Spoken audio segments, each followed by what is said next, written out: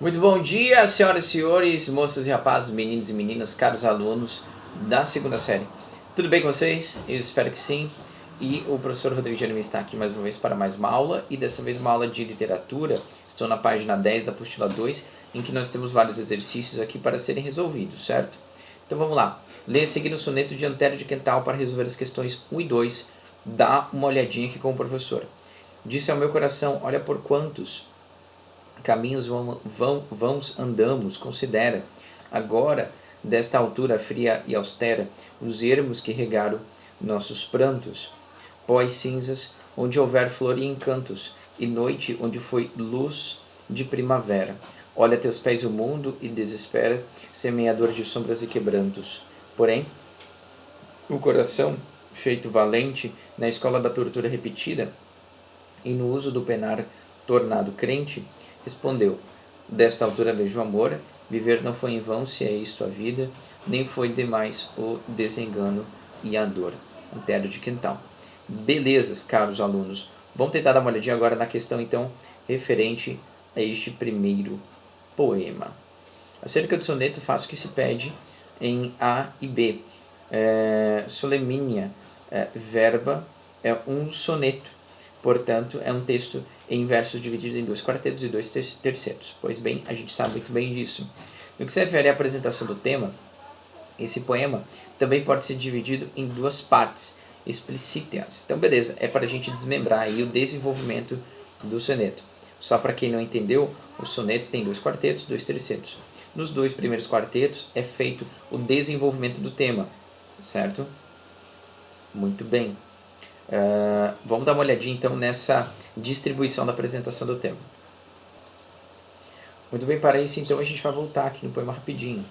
Se você for reparar bem, a estrutura do poema é a seguinte, né? Nesse primeiro momento você tem o eu poemático, o eu lírico, falando com alguém, certo? E com quem que ele está falando? Ele está falando com o coração dele, né? Olha só, o eu lírico dizendo, disse a quem? Ao meu coração. Então, toda essa primeira parte da apresentação do tema é ele falando algo para o seu coração. E depois, a segunda parte é propriamente o coração dele respondendo. Respondeu. Então, olha o que ele diz ao coração. Disse ao meu coração, olha por quantos caminhos vãos andamos, considera. Agora, desta altura fria e austera, os ermos que regaram nossos prantos. Pós cinzas, onde houve flor e encantos, e noite, onde foi luz de primavera. Olha a teus pés o mundo, desespera, semeador de sombras e quebrantos. Porém, coração feito valente na escola da tortura repetida e no uso do penar tornado crente, aí ele vai responder. Beleza? Aí a questão, então essa é a divisão da apresentação do tema. E a B, transcreva os versos que melhor revelam o contraste entre passado e presente observado pelo eu lírico. Então vamos voltar ali novamente para a gente perceber isso. Voltando então ali para ver essa passagem de tempo, né? A gente consegue perceber aqui, caros alunos. Olha só, pós cinzas, onde houve flor e encantos. Então, ao que temos agora, onde houve flor e encantos, onde a gente tinha outras coisas, né? Passado e presente, e noite, onde foi luz de primavera, certo? Então, aqui a gente consegue ver esse deslocamento de tempo. Você pode colocar isso na sua resposta aí também, beleza?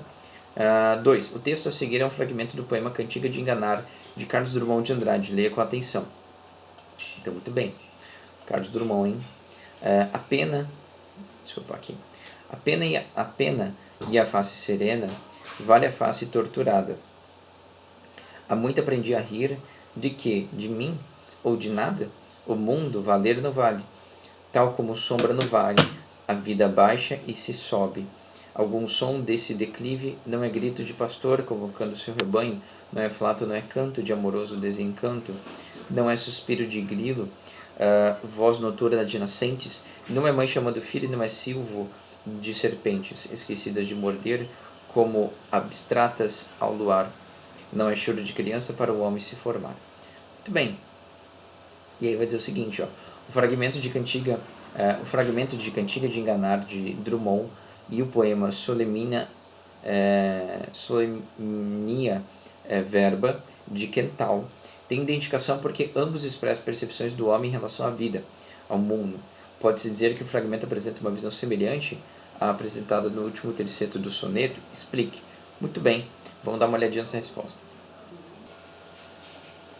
Bom, e aí voltando lá, a gente consegue ver toda uma visão pessimista, né, do Drummond de Andrade.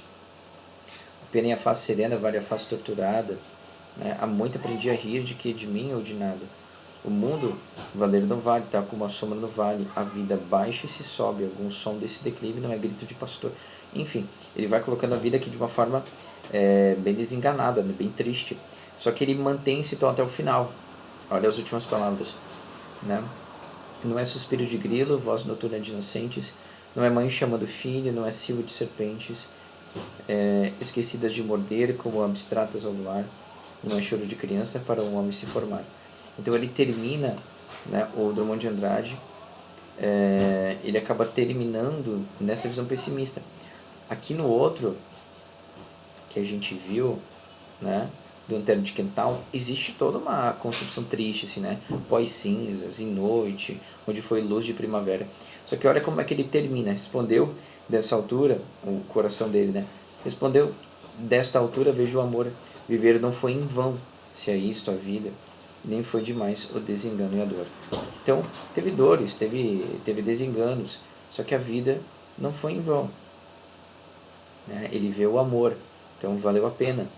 Então, é assim que a gente consegue se diferenciar. Existe uma aproximação por uma visão um pouco pessimista em relação à vida, mas no final, o desenrolar do soneto ele é positivo e o final do poema do Carlos Drummond de Andrade é triste ainda, né? Continua-se numa visão pessimista. É um pouco isso que a gente pode colocar, beleza?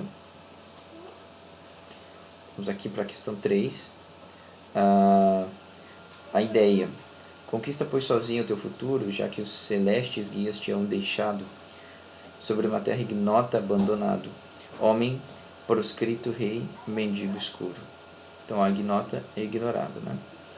Se não tens que esperar do céu tão puro, mas tão cruel, um coração magoado, sentes já de ilusões desenganado, das ilusões do antigo amor e perjuro traidor, né? Ergue-te então na majestade estoica, resignada. Ergue-te então na majestade estoica de uma vontade solitária e altiva, um esforço supremo de alma heróica. Faze um templo dos muros da cadeia, prendendo a imensidade eterna e viva no círculo de luz da tua ideia. Muito bem, de novo Antero de Quental, e ele pega e diz o seguinte aqui: nesse soneto eu lírico conclui que o homem está abandonado à própria sorte e por isso exorta-o a assumir uma nova postura. Caracteriza considerando a relação entre o que propõe o eu lírico e os objetivos do realismo. Então, a gente precisa, levando em consideração e caracterizar, né? Só que levando em consideração os objetivos do realismo. Vamos ver como é que a gente faz então. Muito bem, o contexto do poema está aqui, né? O homem está abandonado à própria sorte. Então a gente vê isso quando ele diz: conquista, pois, sozinho o teu futuro, já que os celestes guias tinham deixado sobre uma terra ignota abandonado, homem proscrito, rei, mendigo escuro. Então, está abandonado à própria sorte. E aí, qual que é, né? Como é que a gente pode ver essa caracterização aí dessa nova postura que o eu lírico está tentando passar para o homem? Como é que a gente pode relacionar com os objetivos aí do realismo? Veja bem, é que o eu lírico aqui acaba exortando o homem a assumir uma postura racional diante das situações da vida, né? E aí ele pede para que o homem propriamente ele assuma de novo essa sua vida, a conquistar novamente a sua vida por meio de objetivos claros, né, racionais, sem necessariamente recorrer ao plano celestial, né, buscando somente a sua própria ideia, o círculo de luz da tua ideia. Então, por meio do pensamento, por meio da racionalidade, mais uma vez a gente pode colocar. Então, a gente consegue perceber que aquele distanciamento do mundo místico, digamos assim, religioso, da subjetividade, né, que o realismo queria empregar nos seus escritos. É isso que acaba aparecendo aqui. Então, uma visão muito mais racional, objetiva. Belezas?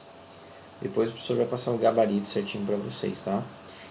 E aí vai dizer aqui na 4, leia este poema de Antero de Quental, e a seguir eu faço o que se pede em A e B. A ode. Há 2 templos no espaço, um deles mais pequeno. O outro que é maior está por cima deste. O outro que é maior está por cima deste. Tem por cúpula o céu, e tem por candelabros a lua ao ocidente, e o sol suspenso a oeste. A oeste, desculpa. Talvez até esteja aqui errado, né? Talvez seria a oeste mesmo. De sorte que quem está no templo mais exíguo está aqui, muito pequeno, não pode ver nascer o sol, nem pode ver as estrelas no céu, que os tetos e as colinas não deixam olhar, nem a cabeça erguer. É preciso abalar-lhe os tetos e as colunas, para que se possa erguer a fronte até os céus. É preciso partir a igreja em 1000 pedaços, para que se possa ver em cheio a luz de Deus. Então, vamos dar uma olhadinha aqui na questão. Vamos para a letra A. Vai passar, peraí. Muito bem. Vamos ver aqui a primeira parte. A professora acabou passando 2 vezes, peraí. Volta. Letra A. Revele o que representam os 2 templos, o maior e o menor, citados nesse texto. Bom, aqui é uma questão, há de se dizer que é uma questão um pouco de interpretação textual, né? Mas se a gente voltar ali para ver o que se refere, o que representa esses 2 templos, maior e menor, a gente vai encontrar o seguinte, olha só. Há 2 templos no espaço, né? Então, 2 templos no espaço. Um deles é mais pequeno. O outro, que é maior, está por cima deste pequeno, né? Tem por cúpula o céu. Então, veja bem, ele tem por candelabros a lua ao ocidente e o sol suspenso a oeste. Bom, ele está falando que existem 2 templos, né? Um que é a igreja, e é propriamente aquele que é pequeno, então, e o outro que é o resto do mundo, o universo, que tem por candelabros a lua ao ocidente e o sol ao oeste. Então, é disso que ele está comparando. E aí ele vai ter uma visão crítica em relação a esse templo pequeno, né? Por quê? Porque veja bem, de sorte que quem está no templo mais exíguo, menor, não pode ver nascer o sol, nem pode ver as estrelas no céu, que os tetos e as colunas não deixam olhar, nem a cabeça erguer. É preciso abalar os tetos e as colunas, porque se possa erguer a fronte até os céus. É preciso partir a igreja em 1000 pedaços, porque se possa ver em cheio a luz de Deus. Então, ele considera muito mais importante esse templo, que é o espaço, o universo, né, que ele consegue ver tudo, do que propriamente a igreja, essa construção, né? É basicamente isso aqui na letra A.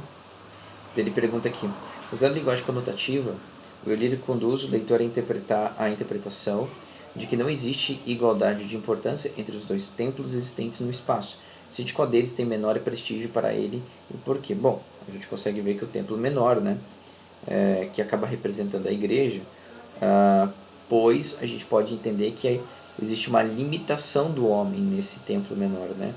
O homem acaba sendo cerceado, não permitindo, por exemplo, que ele faça a sua leitura do universo de Deus de modo pleno, né? Ele termina falando um pouco isso. Ele pega e diz ali, ó, deixa eu voltar, ele pega e diz ali, porque se possa ver em cheio a luz de Deus. Aqui eu não consigo ver em cheio, aqui eu não consigo ver, né, por conta dos tetos, por conta das colunas, o sol, nem as estrelas no céu. Então o homem é limitado aqui por esse templo menor, né? É uma visão do autor, enfim, fica aí, é somente a visão do autor. Belezas? Bom, galera, é um pouco disso. O professor vai passar o restante do gabarito para vocês. E aí depois a gente pode continuar melhor essa nossa aula aqui. Mas eu vou passar o gabarito para vocês, belezas? É um pouco disso. Abraços, beijos.